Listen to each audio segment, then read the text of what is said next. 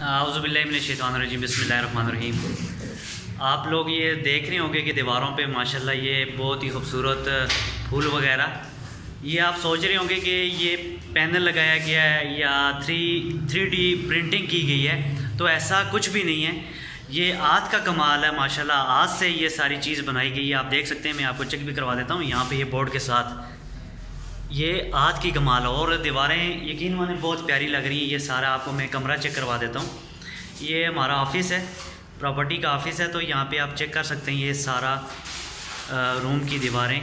और इसके अलावा छत देखें, बहुत ही ज़बरदस्त इन्होंने जो है ना कमाल की है। और अगर आप लोग भी इस तरह की प्रिंटिंग अपनी दीवारों पे करवाना चाह रहे हैं, अल्हम्दुलिल्लाह ये 10 साल की गारंटी है, कहीं नहीं जाना। अगर आपकी दीवार ख़राब नहीं है, पानी नहीं आ रहा उसमें, सिम नहीं आ रही, तो कभी ख़राब नहीं होगी।